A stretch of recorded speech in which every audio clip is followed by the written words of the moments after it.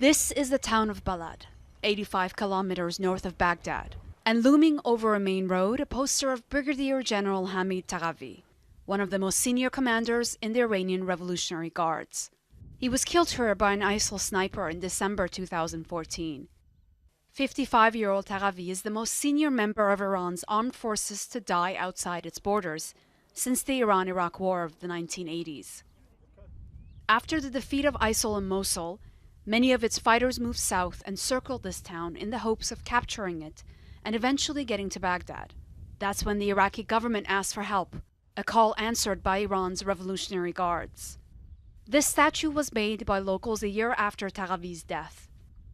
Salah al-Hosseini is a senior commander with Iraq's Popular Mobilization Front here in Balad and fought against ISIL. It's nothing new that the U.S. keeps interfering against the Islamic resistance. The U.S. is trying to divide Iraq from Iran, but it will not be able to. Iraq and Iran are considered one body, with one leadership.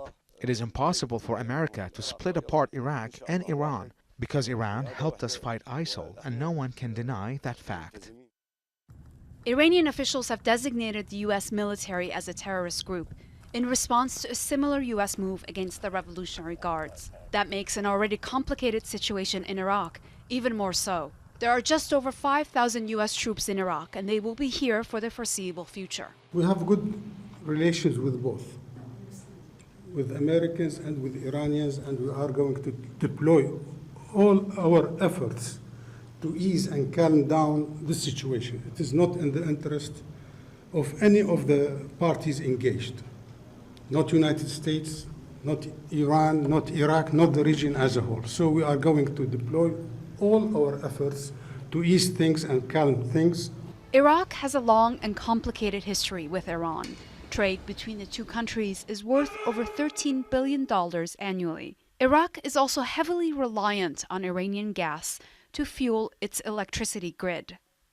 The influence of Iran's Revolutionary Guards here is in an advisory role, according to officials, and that's not likely to change anytime soon, which means the Iraqi government has to find a way to balance both its relationship with the United States and the Islamic Republic of Iran. And how that works out could have repercussions across the Middle East. Dorsa Jabari, Al Jazeera, Baghdad.